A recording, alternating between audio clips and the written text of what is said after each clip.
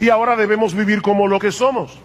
Él murió en la cruz del Calvario para restaurar en nosotros la imagen de Dios. ¿Y saben dónde vemos la imagen de Dios? Plasmada en Cristo. En el capítulo 10 del Evangelio de Juan, no tienen que buscar ese texto ahora, pero el Señor Jesucristo se presenta a sí mismo como el buen pastor de las ovejas, que vino a dar su vida para que nosotros tengamos vida.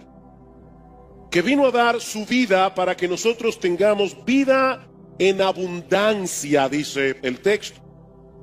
Y esa palabra significa literalmente excepcional, o si quieren ponerlo de otra manera, mejor de lo que yo esperaba.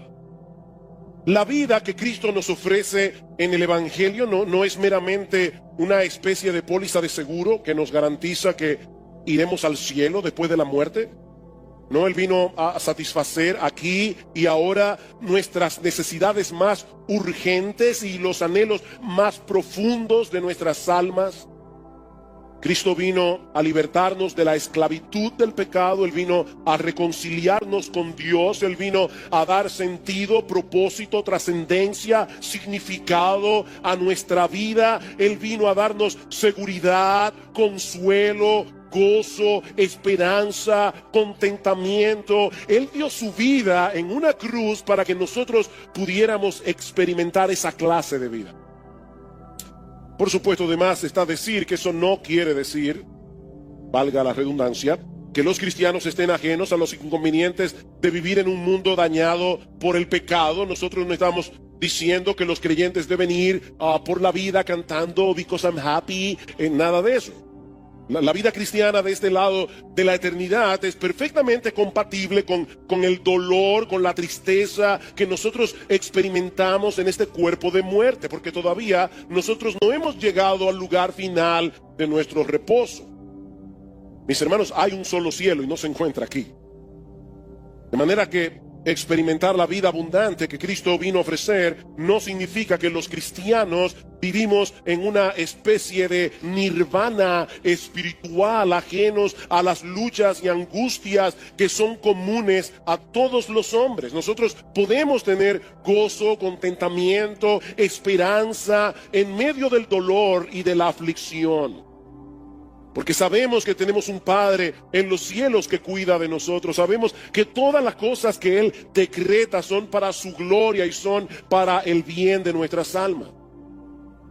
Sin embargo, y siendo bien honestos en esta mañana, debemos reconocer, mis hermanos, con tristeza, que hay muchas personas que profesan ser cristianas y no parecen estar disfrutando de esa vida abundante de la que habla el Señor en Juan capítulo 10.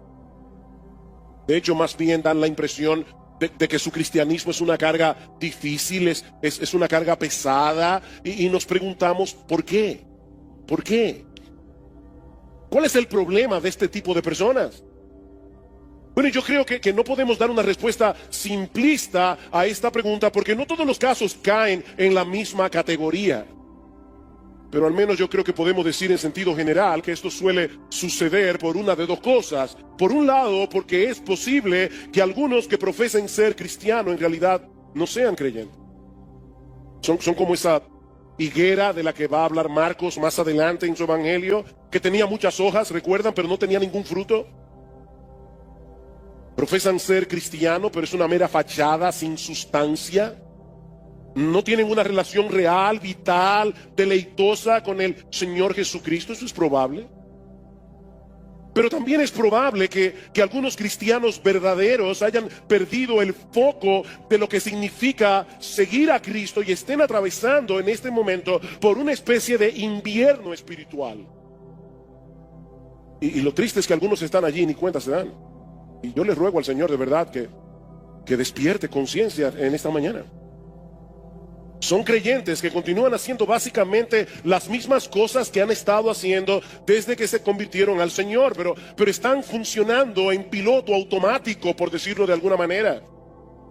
Ese era el problema de la iglesia en Éfeso, a la que el Señor le envía una de sus cartas en Apocalipsis capítulo 2. Él les dice claramente: ustedes están haciendo las mismas cosas de siempre. Sin embargo, yo tengo un problema con ustedes. Ustedes han perdido su primer amor. Ustedes están haciendo lo mismo, pero lo están haciendo con piloto automático.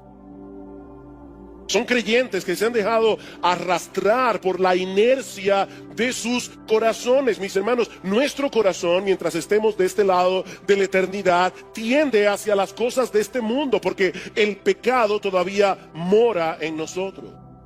Y eso incluye un montón de cosas que no son malas en sí mismas, pero que si se dejan sin freno, tarde o temprano van a desplazar al Señor del centro de nuestra vida y se van a convertir en un ídolo. Este tipo de personas suele tener un serio problema existencial. Un serio problema existencial. Porque ellos no pueden disfrutar plenamente de las cosas del mundo porque sus conciencias no se lo permiten. Son creyentes, tienen al Espíritu Santo. Y el Espíritu los anhela celosamente, así que no pueden disfrutar plenamente de las cosas de este mundo como lo disfrutaban antes cuando no eran creyentes, pero tampoco disfrutan plenamente de su vida cristiana, porque se han dejado absorber de tal manera por las cosas de este mundo, sean legítimas o no, que están languideciendo espiritualmente. Ellos están así como en una especie de tierra de nadie. Ellos viven como en un limbo espiritual. Son cristianos insípidos que van por la vida profesando a Cristo y dando pena al mismo tiempo. Profesando a Cristo y dando pena. Y la pregunta que debemos hacernos hoy es: ¿cuál es el remedio para este tipo de casos? Bueno, yo creo que el remedio es volver a poner en perspectiva lo que significa seguir a Cristo. Y en dependencia del Espíritu Santo, dar media vuelta de regreso a su primer amor. Yo recuerdo cuando mis hermanos y yo nos bautizamos hace 38 años atrás, que en la pila del bautismo nos pidieron que cantáramos un corito que estaba muy de moda en esa época y que los hermanos más viejos de nuestra congregación seguramente recordarán. He decidido seguir a Cristo, no vuelvo atrás, no vuelvo atrás. El mundo atrás, Cristo delante, el mundo atrás. No vuelvo atrás, no vuelvo atrás. Y hermanos, eso es lo que yo quiero que ocurra en esta mañana al comenzar a exponer este pasaje del Evangelio de Marcos. Y a propósito, yo he titulado este mensaje Mero Cristianismo. Porque lo que Jesús nos presenta en este pasaje, en los versículos 42 al 50, no es el retrato de un super cristiano que pertenece a una élite especial a la que muy pocos tienen acceso en la iglesia. No, hermanos. Lo que Jesús está describiendo allí es lo que todo verdadero creyente debería estar experimentando en su vida. Esto es mero cristianismo. Mis hermanos, el llamado de Cristo a todos los que quieran seguirle a Él es arrepentirse y creer. Y lo que nosotros tenemos en este pasaje es un llamado a creyentes al arrepentimiento y a la fe. Dice, el arrepentimiento es volverte de una vida de pecado, de una vida centrada en ti mismo, siguiendo tu propia voluntad, buscando tu propia gloria, para volverte a Dios y caminar en pos de Él, confiando únicamente en Cristo. Mi amigo que estás aquí en esta mañana, es importante que tú sepas que venir a ser cristiano no es como hacerse miembro de un club social. De ahora en adelante voy a tratar de seguir las reglas y regularmente voy a pagar mis cuotas de membresía. Voy a venir a la iglesia todas las semanas, voy a leer mi Biblia, o voy a dar gracias por los alimentos. No, es darte cuenta de que toda tu vida has estado caminando por un sendero equivocado, porque has vivido de espaldas a Dios y has estado caminando hacia el pecado. La fuerza motora de tu vida ha sido el orgullo, ha sido el egoísmo, cuando debió haber sido la gloria de Dios, vivir con el propósito de que solo Él sea exaltado, solo Él sea conocido en todo lo que haces. Arrepentirse es darte cuenta de que has estado equivocado. Es tomar la decisión de volverte hacia Dios, confiando únicamente en Cristo para el perdón de tus pecados. Es decidir renunciar a tu orgullo, renunciar a tu egoísmo, para vivir para Él. Es levantar una bandera blanca de rendición hacia Dios y al mismo tiempo declararle la guerra al pecado. Eso es arrepentirse. Pero hay un detalle que todos los cristianos tienen que tomar en cuenta si desean seguir progresando hacia la madurez. Y es que aunque hay un momento particular en que todo verdadero creyente toma esa decisión de comenzar a seguir a Cristo, esto es algo que nosotros debemos hacer a lo largo de toda nuestra vida. Lo que estoy diciendo, mis amadísimos hermanos, es que la vida cristiana práctica es una vida de arrepentimiento y fe. Es una vida de arrepentimiento y fe. Y eso es básicamente lo que Marcos nos presenta en este tema. Mi intención original era predicar todo este pasaje en la mañana de hoy, pero yo he aprendido con el paso de los años que los mensajes tienen vida propia. Así que mientras seguía trabajando con el versículo 42, pronto me di cuenta que no iba a poder avanzar más allá de este versículo, así que la semana que viene veremos Mero Cristianismo parte 2. Hay 3 aspectos aquí de lo que significa ser cristiano. Hoy veremos solamente uno. El primero, que es un amor radical que procura el bienestar espiritual de los demás sin importar el precio que tú tengas que pagar por eso. Eso es lo que significa la vida cristiana práctica. Vean una vez más el versículo 42. Cualquiera que haga tropezar a uno de estos pequeñitos que creen en mí, mejor le fuera si le hubieran atado al cuello una piedra de molino de la que mueve un asno y lo hubieran echado al mar. Como tenemos varias semanas estudiando esta porción del Evangelio de Marcos, quiero recordarles que este pasaje se encuentra en medio de una larga conversación en la que Jesús está lidiando con el orgullo, con el corazón orgulloso de sus discípulos. Ustedes recuerdan que unos versículos atrás los apóstoles habían estado discutiendo entre ellos quién era el más importante del grupo. Y en el versículo anterior al que estamos estudiando ahora, los versículos anteriores, Juan le confiesa al Señor, acaba de confesarle al Señor, que ellos se habían topado en el camino con una persona que en el nombre de Cristo estaba echando fuera demonios, y dice que ellos se lo prohibieron. ¿Y cuál fue la razón de la prohibición? Que ellos no eran parte del club.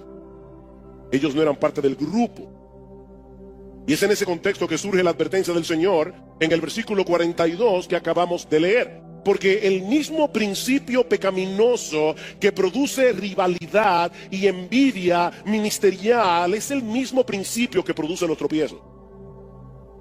Cristo sigue hablando exactamente de lo mismo. Está tratando con el corazón orgulloso de los discípulos. Ahora, hermanos, ¿a qué se refiere Jesús cuando habla de los tropiezos en este pasaje? Es una palabra que aparece varias veces en el Nuevo Testamento. Y la idea que comunica es la de hacer o decir cualquier cosa que ponga impedimentos a la conversión de un incrédulo o que ponga impedimentos a la santificación y crecimiento de un creyente. Eso es poner tropiezo. Es estorbar el camino de alguien para que llegue a ser cristiano, o es estorbar el camino de un cristiano para que sea cada vez más semejante a Cristo. O sea, para impedir que sea cada vez más semejante a Cristo. En 1 Corintios capítulo 10, versículo 32, y hablando de manera particular del uso de cosas que son legítimas, pero que pueden llegar a ser un estorbo si se usan de una forma descuidada, Pablo dice a los hermanos en Corinto: no seáis motivo de tropiezo, ni a judíos, ni a griegos, ni a la iglesia de Dios. No sean tropiezo a nadie. Ni a los judíos incrédulos, ni a los gentiles incrédulos, ni a los creyentes. Debemos ser muy cuidadosos en lo que hacemos para evitar en la medida de lo posible que alguien sea dañado con nuestra conducta, que alguien sea dañado con nuestras palabras, con nuestros comentarios, que alguien sea dañado con nuestro ejemplo, aún en el manejo de cosas que son legítimas, de cosas que no son pecaminosas en sí mismas, Debemos evitar a toda costa que debido a nuestro ejemplo no vayamos dejando escombros detrás de nosotros que hagan más difícil que otros puedan venir a Cristo. Eso es lo que Pablo está diciendo. No dejes escombros en el camino, o que otros que ya están en Cristo puedan seguir avanzando hacia la madurez. Y noten, mis hermanos, que la advertencia de Jesús en este pasaje va dirigida a todo el mundo, creyentes o incrédulos. Jesús dice, cualquiera que haga tropezar, cualquiera que haga tropezar. ¿Saben lo que significa la palabra griega? Literalmente, cualquiera significa cualquiera. Es cualquiera, sea creyente o sea inconverso. Esto es una advertencia para todo el mundo. Cuidado con el que haga tropezar a otro creyente. Cuidado con el que incite a otro creyente a pecar. Cuidado con el que estorbe el crecimiento espiritual de otro creyente. Cuando Cristo habla aquí de sus pequeñitos, no es de niños que Él está hablando. Es de personas que creen en Él. Personas que depositan en Jesús toda su confianza, como un niño deposita su confianza en aquel que le da seguridad.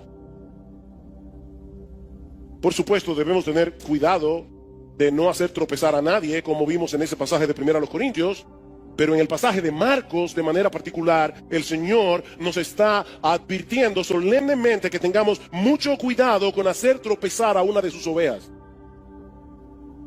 a uno de aquellos por quien Él derramó su sangre en la cruz del Calvario. Jesús vino a morir en una cruz para darle vida abundante a esas personas, esa vida abundante de la que hablábamos en la introducción. Y mis hermanos, es aterrador. Y créanme, una vez más, yo sé que yo digo eso mucho, pero no estoy usando la palabra por usar palabras porque suenan impactantes, no, es porque son palabras que comunican lo que yo quiero comunicar. Es aterrador pensar que cualquiera de nosotros podamos estar trabajando en contra de Jesús. Él dejó su trono de gloria, dio su vida en una cruz, murió en la cruz del Calvario para hacer algo, y tú y yo estamos trabajando en su contra. Tú y yo estamos aunándonos con el diablo para hacer una obra exactamente contraria a la obra que Jesús vino a hacer. Es aterrador pensar que nosotros estamos dejando escombros en el camino para hacer más difícil que otros creyentes puedan avanzar. Esto es algo tan terrible a los ojos de Dios que Cristo dice aquí que fuera mejor para esa persona si antes de haber llegado a hacer eso se le hubiera atado en el cuello una piedra de molino de la que mueve un asno y haber sido arrojado en lo profundo del mar. Así de serio es. En los días del Señor, los molinos tenían dos piedras circulares para triturar el grano. La piedra de arriba tenía un hueco en medio y giraba sobre la piedra de abajo empujada por un burro. Era una piedra inmensamente grande que podía llegar a pesar hasta 1,5 toneladas. No estamos hablando de cualquier cosa. Y lo que el Señor está diciendo aquí es que hacer tropezar a otro es un pecado tan grave que hubiera sido mejor para esa persona haber muerto previamente de una muerte tan horrible como esa antes de llegar a cometer una acción tan detestable y aborrecible a los ojos de Dios. Mira, hubiera sido mejor que te pusieran 2 botas de cemento y te hubieran arrojado en lo profundo del mar. Y noten que Él no dice que esa persona debió haberse colocado una piedra de molino en el cuello y haberse arrojado él mismo. Eso sería suicidio.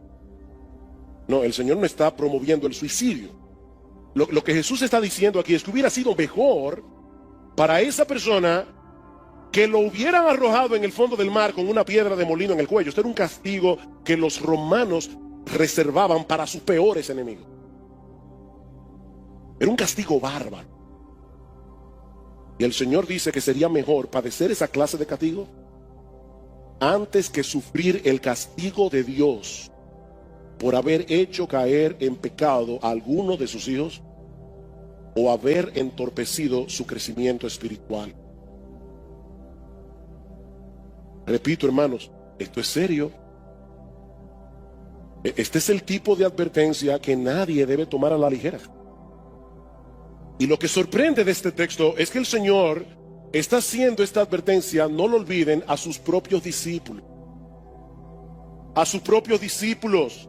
Vean una vez más los versículos 35 al 37 que estudiamos la semana pasada, cuando ellos estaban discutiendo quién de nosotros es el mayor. Sentándose, llamó a los 12 y les dijo: si alguno desea ser el primero, seré el último de todos y el servidor de todos. Y tomando a un niño, lo puso en medio de ellos, y tomándolo en su brazo les dijo: el que reciba a un niño como este en mi nombre, a mí me recibe. El que me recibe a mí, no me recibe a mí, sino al que me envió. El Señor está tratando con el orgullo que se estaba manifestando en la relación entre ellos. Y les dice que el camino para llegar a ser grande en el reino de Dios, ¿saben cuál es? Ocupar el último lugar y servir a todo el mundo. Ese es el camino para llegar a ser grande. O si quieren ponerlo de otro modo, es un camino de humildad que se manifiesta en servir a otros simplemente porque son de Cristo. Lo que el Señor quiere hacerle ver a sus discípulos es que debido a la relación que nosotros tenemos con Él, estamos unidos a Él. El que le sirve a uno de los suyos, por ser uno de los suyos, en realidad le está sirviendo a Cristo. Le está sirviendo a Cristo. Todo cristiano que recibe a otro cristiano y le sirve, está recibiendo y está sirviendo a Cristo, porque Él vive en nosotros. No podemos aislar a Cristo de los cristianos. Es lo mismo que nosotros vemos en esa escena que nos presenta Jesús del día del juicio en Mateo capítulo 25. ¿Recuerdan cómo Él va a llamar a los justos y les va a decir: entren al reino preparado por vuestro Padre, porque tuve hambre y me diste de comer, tuve sed y me diste de beber, todo lo demás? Y los justos le dirán: Señor, ¿y cuándo nosotros te hicimos todo eso? Y dice: respondiendo el rey, les dirá: en verdad os digo que en cuanto lo hicisteis a uno de estos hermanos míos, aún a los más pequeños, a mí me lo hiciste. A mí me lo hiciste. Pero hermanos, esto también funciona a la inversa. Cuando alguien le hace daño a un cristiano, es contra Cristo mismo que está pecando. Eso fue lo que el Señor le hizo ver a Saulo de Tarso antes de que llegara a ser el apóstol Pablo. Jesús se le presenta en el camino a Damasco y le dice: Saulo, Saulo, ¿por qué me persigues? Y Pablo le pregunta: Señor, ¿quién eres? Y él le dice: yo soy Jesús. Yo soy Jesús a quien tú persigues. Es tal la identificación de Cristo con su pueblo que perseguir a la iglesia, hacerle daño a la iglesia, atentar contra la iglesia, es perseguir a Jesús, es atentar contra Jesús. De manera que cuando un creyente le pone tropiezo a otro creyente, está cometiendo un pecado contra Cristo mismo de enormes proporciones. Y hermanos, hay muchas maneras de hacer eso. Hay muchas maneras de hacer eso. La más obvia de todos es incitar a otros a pecar contra Dios, a violar los 10 mandamientos, ya sea con nuestro ejemplo, ya sea con nuestras palabras. Un novio que seduce a su novia o viceversa para que tengan una relación impura antes del matrimonio, ya sea que lleguen o no a tener relaciones sexuales, se están convirtiendo en una piedra de tropiezo para el otro. Un creyente que invita a otro a ver una película que no debe ver o a visitar un lugar que no deben visitar, sobre todo si es alguien nuevo en la fe, lo están haciendo tropezar. Una creyente que no tiene en cuenta la modestia en el vestir, que usa ropa sensual, ropa provocativa, que deja ver más de lo que una mujer piadosa y temerosa de Dios debería dejar ver, es una piedra de tropiezo. Cuando usamos nuestra libertad descuidadamente, nuestra libertad sin tomar en cuenta el impacto que eso puede tener en la vida espiritual de otros creyentes, estamos siendo piedra de tropiezo. Pablo pone el ejemplo del vino en Romanos capítulo 14. Habían hermanos que venían de un trasfondo pagano, donde el alcohol era un problema. Y sí, la Biblia no prohíbe el uso del vino, pero cuando un creyente en el uso de su libertad no tiene en cuenta que puede tener delante de él una persona que puede tropezar, que puede ser movida a su antiguo estilo de vida y no le importa, Está siendo piedra de tropiezo. Pablo dice, si yo tengo que por amor a Cristo y por amor a los hermanos dejar de comer carne y dejar de beber vino para el resto de mi vida, no hay problema. Cuando hacemos comentarios que pueden desanimar a otros creyentes en su lucha en pos de la santidad, o en su deseo de hacer las cosas como dice la Escritura, le estamos poniendo una piedra de tropiezo. Y aquí tenemos a un padre tratando de criar a sus hijos en la disciplina y amonestación del Señor, no abusando de ellos, pero sí aplicando la vara de la corrección cuando es necesaria. Y aquí tenemos a otros padres con más tiempo en la iglesia, supuestamente con más madurez, diciéndoles que eso no es tan así, que deben tomar en cuenta algunos de esos conceptos de los expertos en psicología, aún por encima de la enseñanza del libro de Proverbios. Esos padres están dejando escombros detrás, dificultando el camino de estos otros padres que desean hacer las cosas bien. Cuando chismeamos en contra de otros hermanos, estamos provocando de ese modo que algunos creyentes se aíslen de su iglesia, se aíslen de sus líderes y se vuelvan cínicos y se vuelvan hipercríticos. Estamos siendo piedra de tropiezo. Cuando promovemos la mundanalidad en la iglesia, estamos siendo piedra de tropiezo. Y para ser más concreto, mi hermano, cuando tu estilo de vida, cuando el uso de tu tiempo, cuando el uso de tus recursos, la forma como te entretienes, promueven los valores del mundo que son ajenos y contrarios a la piedad, que son ajenos y contrarios al temor de Dios, que no promueven una vida cada vez más semejante a Jesús, eso es mundanalidad. Y cuando tú vives así, tú estás promoviendo la mundanalidad en la iglesia. Cuando nuestra falta de compromiso con la iglesia y con los hermanos estimula a otros a tener esa misma falta de compromiso, estamos siendo tropiezo. Mis hermanos, podríamos poner un montón de ejemplos, pero yo creo que estos son suficientes para entender cuál es la advertencia que el Señor nos está dando aquí. Ahora, ¿cómo aplicamos esta advertencia de Jesús al caso de un creyente que hace tropezar a otro creyente? ¿Puede un cristiano perder la salvación por hacer tropezar a otro cristiano? Porque Cristo dice aquí, de verdad, mejor te hubiera sido que te hubieran puesto una piedra de molino de asno y te hubieran arrojado en el fondo del mar. ¿Puede un cristiano perder la salvación? Por supuesto que no. Por supuesto que no. La salvación de un verdadero creyente no se puede perder de ninguna manera, porque eso depende enteramente de la justicia perfecta de Cristo y no de nuestras buenas obras. Y gloria al Señor por eso. Pablo dice en Filipenses capítulo 1, versículo 6, que comenzó en nosotros la buena obra, Él la perfeccionará hasta el día de Jesucristo. Él no deja nada inconcluso. Si Él derramó su sangre por ti en la cruz del Calvario, mi hermano, mi hermana, tú puedes estar seguro de que vas a llegar a la gloria. Porque ya Jesús hizo todo lo que había que hacer para que eso ocurra con toda certeza. Entonces, ¿para qué está esa advertencia aquí? Yo pienso que esa advertencia tiene al menos dos propósitos. Por un lado, para hacernos ver, mis amadísimos hermanos, miembros de Iglesia Bíblica del Señor Jesucristo, para hacernos ver que el hecho de que un creyente haga tropezar a otro creyente no es menos odioso delante de los ojos de Dios que si lo hubiera hecho un impío. No es menos odioso. Pablo dice en 1 Corintios 8:12, cuanto pecas contra los hermanos, hiriendo sus conciencias débiles, contra Cristo pecáis.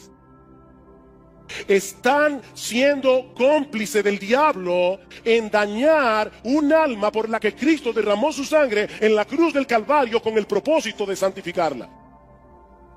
Recuerdan Efesios 5, maridos, amad a vuestras mujeres así como Cristo amó a la iglesia. Cristo amó a la iglesia y se entregó a sí mismo por ella para santificarla. Y tú te estás aliando con el diablo para que ocurra en la vida de esa persona algo contrario, para que él sea más mundano, para que él sea menos piadoso, para que él le tema menos a Dios, para que ame menos a la iglesia, para que ame menos a los líderes, para que ame menos a los hermanos, para que viva una vida menos obediente. Eso es odioso a los ojos de Dios. Él dio su vida para que esta persona pudiera ser rescatada de la esclavitud del pecado, para que pudiera crecer en santidad, y tú le estás arrojando escombros en el camino para que se le haga más difícil avanzar hacia la madurez, para que sea menos semejante a Jesús. ¡Wow! Eso es detestable a los ojos de Dios. Miren, mis hermanos, los cristianos no merecemos un castigo menor que el de los impíos cuando hacemos eso. ¿Oyeron eso? Los cristianos no merecemos un castigo menor que el de los impíos cuando hacemos eso. Gracias al Señor que Él pagó por todos nuestros pecados en la cruz, si somos creyentes, aunque eso no evita la disciplina de Dios. Pero Él pagó por nuestros pecados, incluyendo el pecado de hacer tropezar a otros. Pero, mis hermanos, de ninguna manera podemos tomar ese pecado a la ligera. Eso es lo que Cristo nos está haciendo ver aquí. Esto es algo odioso, es algo detestable, es algo abominable, es algo horrible a los ojos de Dios. Pero yo creo que hay otra razón adicional de por qué esa advertencia está ahí. Si una persona está viviendo descuidadamente, poniendo tropiezo a otros sin que eso perturbe su conciencia, sin que se arrepienta de su pecado, amparada en que esa es su libertad en Cristo, es muy probable que esa persona esté yendo camino al infierno. Es muy probable que esa persona esté yendo camino al infierno, pensando que es un creyente y no lo es. Escuchen lo que sigue diciendo el Señor en los versículos 43 al 48 que vamos a estudiar la semana que viene. Él dice a sus apóstoles: mira, si tu mano te es ocasión de caer o de pecar, córtala. Córtala, porque te es mejor entrar en la vida manco que teniendo las dos manos ir al infierno, al fuego inextinguible. No olviden que ahí había uno que parecía ser del grupo y no era del grupo. Se llamaba Judas y terminó en el infierno. Judas no tomó en serio esta advertencia. Y él estaba allí.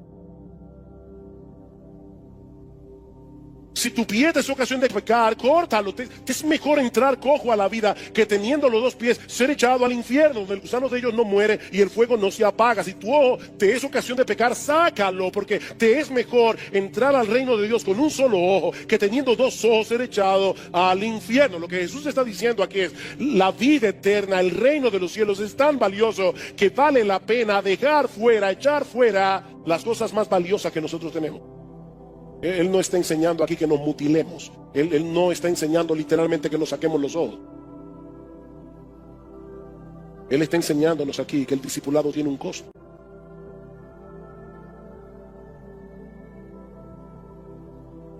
Sabemos que la salvación es únicamente por gracia, por medio de la fe. De hecho, esta tarde creo que el pastor Salvador va a estar predicando acerca de la relación de la fe y las obras. Hermanos, la Biblia dice que una fe que no produce obras es una fe que está muerta. Y de las obras que produce la fe, la más evidente es el amor a los hermanos. Porque tú puedes decir que tú amas a Dios, pero como Dios no se ve, es muy fácil decir eso. La prueba más evidente de que tú amas a Dios es que tú amas a los hermanos. Primera de Juan capítulo 3, nosotros sabemos que hemos pasado de muerte a vida en que amamos a los hermanos. El que no ama a su hermano permanece en muerte. En esto hemos conocido el amor, en que Él puso su vida por nosotros. También nosotros debemos poner nuestras vidas por los hermanos. Es un amor radical. Amados, amémonos unos a otros, porque el amor es de Dios. Primera de Juan 4, todo aquel que ama es nacido de Dios y conoce a Dios. El que no ama no ha conocido a Dios, porque Dios es amor. Primera de Juan 4:20, si alguno dice yo amo a Dios y aborrece a su hermano, es un mentiroso. Pues el que no ama a su hermano a quien ha visto, ¿cómo puede amar a Dios a quien no ha visto? Y nosotros tenemos este mandamiento de Él: el que ama a Dios, ame también a su hermano. A final de cuentas, lo que nosotros tenemos en Marcos capítulo 9, versículo 42, si lo vemos positivamente, es un llamado a amar a nuestros hermanos en la fe, haciendo todo lo que esté a nuestro alcance para que sigan creciendo a la imagen de Jesús. Todo lo que esté a nuestro alcance. No se trata simplemente de dejar de hacer cosas que pueden ser de tropiezo a otros.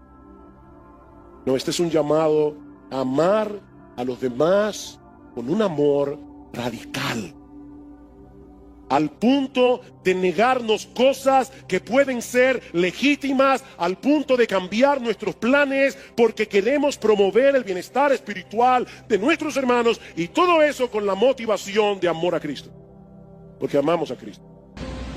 Uno de los aspectos más complejos que se le presenta al cristiano en su vida práctica es el tipo de relación que el cristiano debe tener con el mundo. Por un lado, la Biblia nos enseña que los creyentes ya no le pertenecen al mundo, que somos extranjeros y peregrinos en un mundo hostil que presenta una activa oposición contra Dios y contra su pueblo. Y debo aclarar, por amor a aquellos que nos visitan en esta mañana, que cuando la Biblia habla en esos términos como enemigo de Dios o como enemigo del creyente, no se refiere al planeta en que vivimos. Se refiere más bien a un sistema de pensamiento que se opone al carácter y a la voluntad de Dios y al estilo de vida que ese sistema de pensamiento produce.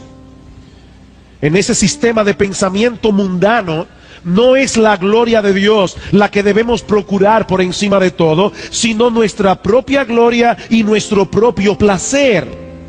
Lo importante no son las cosas que trascienden esta vida, las cosas que tienen valores eternos, sino aquellas que me brindan una satisfacción inmediata y temporal. Es ese sistema de pensamiento y es ese estilo de vida el que el creyente debe rechazar con todas las fuerzas de su ser. Pero por el otro lado, la Biblia también nos enseña que todos nosotros, creyentes e incrédulos, vivimos en este mundo y tenemos una tarea que hacer aquí y ahora. Si bien es cierto que no debemos vivir a la luz de ese sistema de pensamiento que es contrario al carácter y a la voluntad de Dios, la Biblia establece claramente que el cristiano debe aprender a vivir en el mundo, no a escapar de él. Orando al Señor, Cristo le decía en Juan 17, Padre, yo no te pido que los saques del mundo, yo te pido que los guardes del mal, pero en el mundo.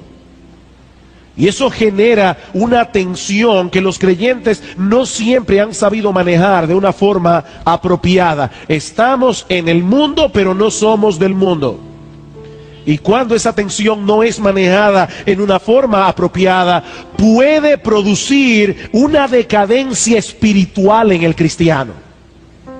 Como muchos de ustedes saben, hace unas semanas nosotros comenzamos una serie de exposiciones sobre el tema de la decadencia espiritual. Esa serie fue momentáneamente suspendida en el mes de marzo.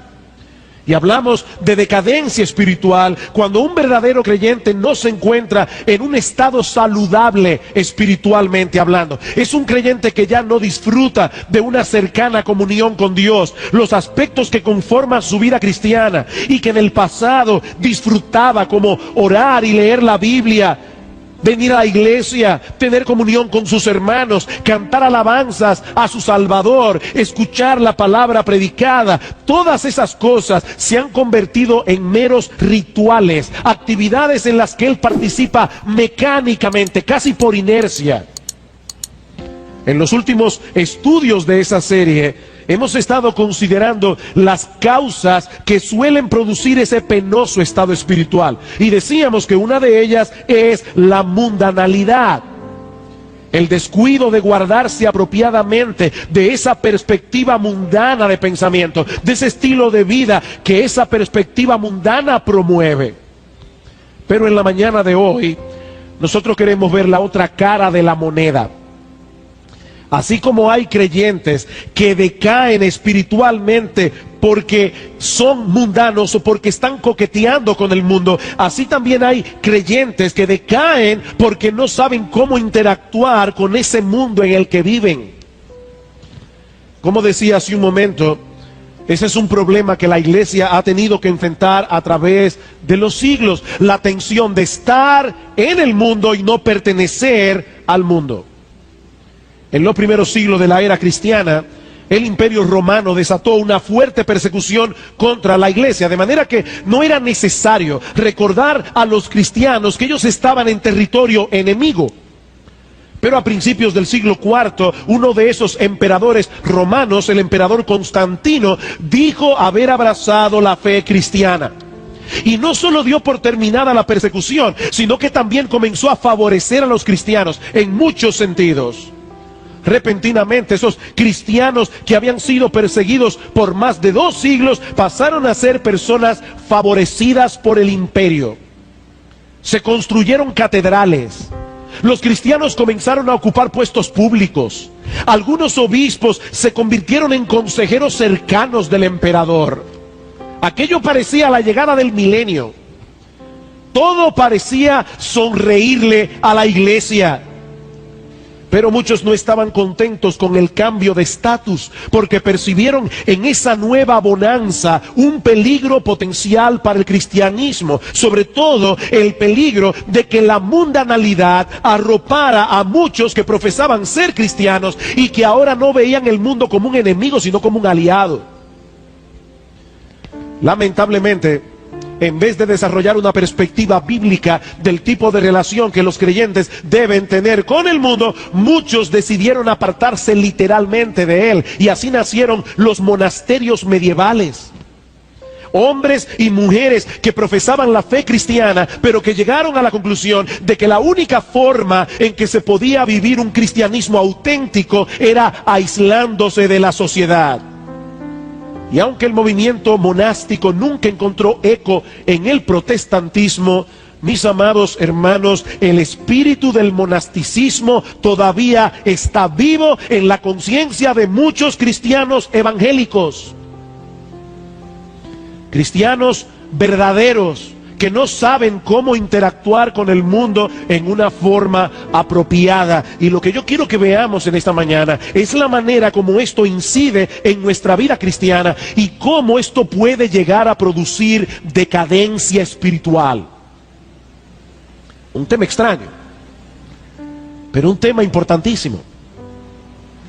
Y antes de pasar a considerar directamente este asunto, yo quisiera tomar un tiempo para que pongamos en perspectiva cuál es el lugar que ocupa el hombre en el mundo, y el hombre cristiano incluido, en el contexto de la doctrina bíblica de la creación, sobre todo a la luz de los primeros capítulos del libro del Génesis. Libro del Génesis, capítulo 1. ¿Cuál es el lugar que ocupa el hombre en la doctrina bíblica de la creación? Aunque la biología moderna se ha empeñado en presentar al hombre como un animal, claro, ellos dicen un animal racional, pero animal a final de cuentas, en el primer capítulo del Génesis nosotros vemos una diferencia marcada entre la creación del hombre y el resto de los seres vivos que pueblan este planeta. Noten el capítulo 1, versículo 11 y 12. Después dijo Dios: produzca la tierra hierba verde, hierba que dé semilla, árbol de fruto que dé fruto según su género, que su semilla esté en él sobre la tierra. Y fue así. Produjo pues la tierra hierba verde, hierba que da semilla según su naturaleza, y árbol que da fruto cuya semilla esté en él según su género. Y vio Dios que era bueno. Versículo 20. Dijo Dios: produzcan las aguas seres vivientes y aves que vuelen sobre la tierra en la abierta expansión de los cielos. Y creó Dios los grandes monstruos marinos y todo ser viviente que se mueve, que las aguas produjeron según su género, y toda ave alada según su especie. Y vio Dios que era bueno. Versículo 24.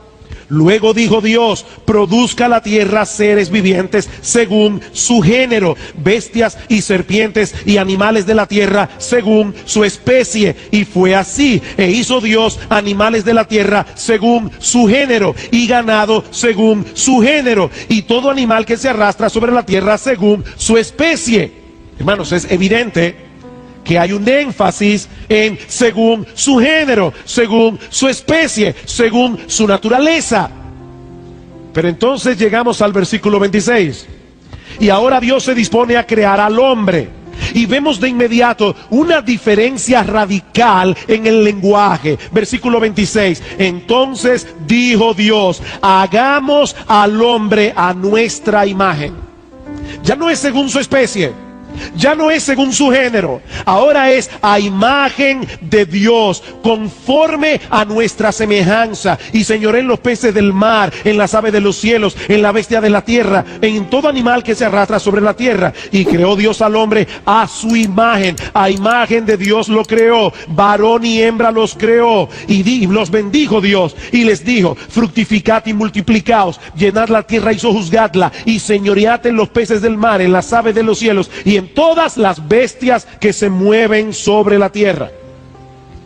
¿Cuál es la enseñanza de este texto clave de las Escrituras? No solo que el hombre fue creado a imagen y semejanza de Dios, y por lo tanto que el hombre es un ser personal, es un ser que piensa, es un ser que tiene voluntad, es un ser que tiene autoconciencia, es un ser que tiene emociones, sino también que Dios colocó al hombre en una posición de dominio sobre todo lo creado.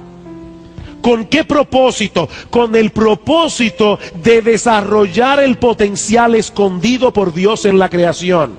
Génesis capítulo 2, versículo 15. Tomó pues Jehová Dios al hombre y lo puso en el huerto de Edén para que lo labrara y lo guardase. Esto es lo que nosotros conocemos como el mandato cultural. Ahora yo debo hacer una aclaración aquí, porque nosotros solemos asociar la palabra cultura con ciertas manifestaciones artísticas, sobre todo en su aspecto elitista, no popular, la música clásica, la ópera, el teatro clásico. Pero realmente la palabra cultura tiene un significado mucho más amplio. Esta palabra se relaciona con la idea de cultivar e incluye todo tipo de actividad humana que contribuya al desarrollo, al enriquecimiento y aún al esparcimiento de la sociedad. El hombre como mayordomo, como corregente de la creación, debía transformar su entorno para la gloria de Dios y para el bien de la sociedad. De manera, mis hermanos, que el trabajo no fue parte del castigo divino por causa de haber pecado, sino un aspecto fundamental de la responsabilidad que el hombre tenía desde el principio como mayordomo de Dios. Si el hombre hubiese permanecido en obediencia, todos los aspectos de su vida hubiesen sido sagrados. No solo su tiempo de comunión con Dios, sino también el desempeño de sus labores cotidianas en el cumplimiento del mandato cultural. Pero nuestros primeros padres no permanecieron en la condición en la que fueron creados, se rebelaron contra Dios y todos los aspectos de la vida humana quedaron trastornados por causa del pecado. La relación del hombre con Dios, la relación del hombre con el hombre, la relación del hombre con la naturaleza. Génesis capítulo 3, versículo 17. Y al hombre dijo Dios, por cuanto obedeciste a la voz de tu mujer y comiste del árbol de que te mandé diciendo no comerás de él, maldita será la tierra por tu causa, con dolor comerás de ella todos los días de tu vida, espinos y cardos te producirá y comerás plantas del campo, con el sudor de tu rostro comerás el pan hasta que vuelvas a la tierra, porque de ella fuiste tomado, pues polvo eres y al polvo volverás. Noten, hermanos, que el trabajo en sí no fue parte del castigo. El castigo fue el dolor y el sentido de frustración que el hombre habría de experimentar a partir de ese momento conectado con su trabajo. Ese es el castigo. El hombre perdió el paraíso por causa de su pecado y nunca más lo volvería a recobrar hasta que Dios restaurara por completo todo el daño que el pecado había causado. Y es precisamente en este punto de la historia donde entra en juego otra doctrina. Ya vimos la doctrina de la creación. Veamos ahora la doctrina de la redención. Tan pronto el pecado hizo su entrada en el mundo, Dios hizo la promesa de enviar un redentor. Por medio de ese redentor, todos los efectos dañinos del pecado serían revertidos. Génesis capítulo 3, versículo 15.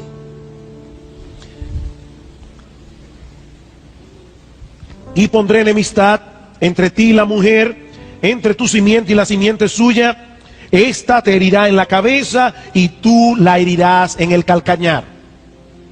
Dios está prometiendo, va a venir un hombre nacido de mujer que va a aplastarle la cabeza a la serpiente. Y a partir de esa promesa, Dios comienza a revelar a su pueblo detalle tras detalle acerca de ese redentor que habría de venir. De hecho, todos los judíos del Antiguo Testamento que se salvaron porque esperaban con fe el cumplimiento de esa promesa. Ahora, hermanos, y esto es de suprema importancia, ¿qué sucedió después de la entrada del pecado en el mundo con el mandato cultural que Dios le había dado al hombre en el huerto del Edén? Continúa siendo un deber del hombre desarrollar el potencial de la creación para la gloria de Dios y para el bien de la sociedad humana. Por supuesto que sí. Tanto creyentes como incrédulos tienen la responsabilidad de cultivar la creación. Y tanto creyentes como incrédulos han sido dotados de diversas capacidades para llevar a cabo esa labor, aunque los incrédulos no reconozcan que es Dios que los ha capacitado en su gracia común. Noten cómo continúa la historia bíblica después de la entrada del pecado. Génesis capítulo 4. Dios había prometido a Adán y a Eva que de la simiente de la mujer vendría el Redentor.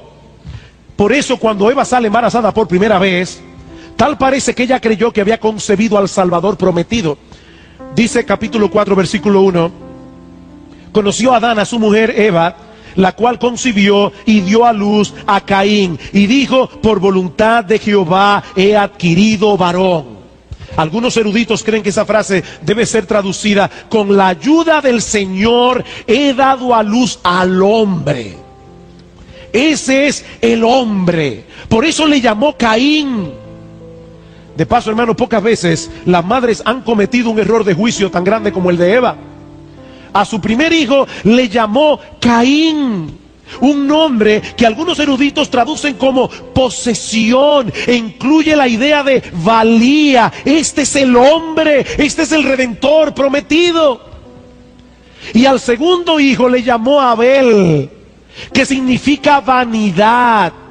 Esa es la misma palabra que aparece en Eclesiastés capítulo 1 versículo 2, cuando dice: vanidad de vanidades, Abel de los Abeles, todo es vanidad. Pero en vez del Redentor, ese hijo primogénito vino a ser el primer homicida de la historia, cuando mató a su hermano por envidia. Pero entonces, en la historia bíblica, nosotros vemos que Dios hace algo bien extraño. No solamente le perdona la vida a Caín a pesar de su homicidio, sino que también decide protegerlo para que otros no le hagan a él lo que él le hizo a su hermano. Génesis capítulo 4 versículo 14. Dice Caín a Dios: he aquí me echas hoy de la tierra, y de tu presencia me esconderé, y seré errante y extranjero en la tierra, y sucederá que cualquiera que me hallare me matará. Y le respondió Jehová: ciertamente cualquiera que matare a Caín 7 veces será castigado. Entonces Jehová puso señal en Caín para que no lo matare cualquiera que le hallara. Y nosotros nos preguntamos: ¿y cuál fue el propósito de Dios de dejar a Caín en vida? ¿De dejarlo vivo? Sigamos leyendo. Versículo 16. Salió pues Caín de delante de Jehová y habitó en tierra de Nod, al oriente de Edén, y conoció Caín a su mujer. Algunas personas creen que ya, porque leyeron ese versículo, descubrieron un error en la Biblia, porque ¿con quién se casó Caín? Se casó con una de las hijas de Adán y Eva, con una de sus hermanas, porque en ese tiempo no había ningún problema en que eso pasara. Era la única manera en que se podía poblar la tierra. Eso no es ningún inconveniente. Dios es Dios, y Él puede decidir cuando quiera cambiar una ley que Él mismo puso. Pero sigamos leyendo. Conoció Caín a su mujer, la cual concibió y dio a luz a Enoc. ¿Y qué hizo Caín? Edificó una ciudad y llamó el nombre de la ciudad del nombre de su hijo Enoc. Y luego continúa narrando sobre la genealogía de Caín. Dice en el versículo 20: y Ada dio a luz a Jabal, el cual fue padre de los que habitan en tiendas y crían ganados. Y el nombre de su hermano fue Jubal, el cual fue padre de todos los que tocan arpa y flauta. Y Sila también dio a luz a Tubal Caín, artífice de toda obra de bronce y de hierro. Los descendientes de Caín comenzaron de inmediato a cumplir el mandato cultural. Ellos no lo estaban haciendo para la gloria de Dios, pero aún así, mis hermanos, ellos estaban haciendo el trabajo que Dios ordenó al hombre que hiciera en el huerto del Edén. Mis hermanos, todos nosotros tenemos la responsabilidad de cultivar la creación, haciendo uso de los dones y talentos creativos que Dios reparte a todos los hombres en su gracia común, independientemente de si son creyentes o no. A través de la historia, muchos incrédulos han producido grandes obras de arte de increíble hermosura y genialidad. Muchos incrédulos han contribuido al avance de la ciencia, al avance de la tecnología. Muchos incrédulos han hecho descubrimientos de enorme importancia para el desarrollo de la civilización. ¿Saben por qué? Porque Dios los ha dotado en su gracia común de un montón de capacidades distintas para que lleven a cabo el mandato cultural. Esa labor ya dejó de ser sagrada por causa de la caída. Muchas veces nosotros decimos que no debemos hacer distinción entre lo sagrado y lo secular, pero hay un sentido, mis hermanos, en lo que nosotros sí debemos hacer esa distinción. En la Biblia nosotros vemos una separación marcada entre el reino de Dios, el avance del reino de Dios y el quehacer temporal que el hombre debe llevar a cabo en este mundo. Hay una diferencia entre lo secular y lo sagrado, en el sentido de que hay cosas que pertenecen a la vida aquí y ahora, mientras que hay otras que son separadas de su uso común para el uso exclusivo de la adoración a Dios. En el tabernáculo, por ejemplo, Dios le dio una fórmula a los judíos para que elaboraran un perfume que debía ser usado en el tabernáculo. Y Dios dice claramente, ese perfume no lo debe usar ningún israelita para oler bien, porque es un perfume sagrado, es un perfume que Dios había apartado de su uso común para su adoración. Pero mis hermanos, ese quehacer, esa labor temporal o secular sigue siendo honorable, porque es el mismo Dios el que ordenó que se hiciera. Es el mismo Dios el que capacita al hombre en su gracia común para que ese trabajo sea hecho. De manera, mi hermano, que cuando tú te diriges a tu puesto de trabajo cada mañana, tu trabajo secular no es menos digno que el de aquel pastor que se dirige a su oficina en la iglesia para servir al Señor en el ministerio.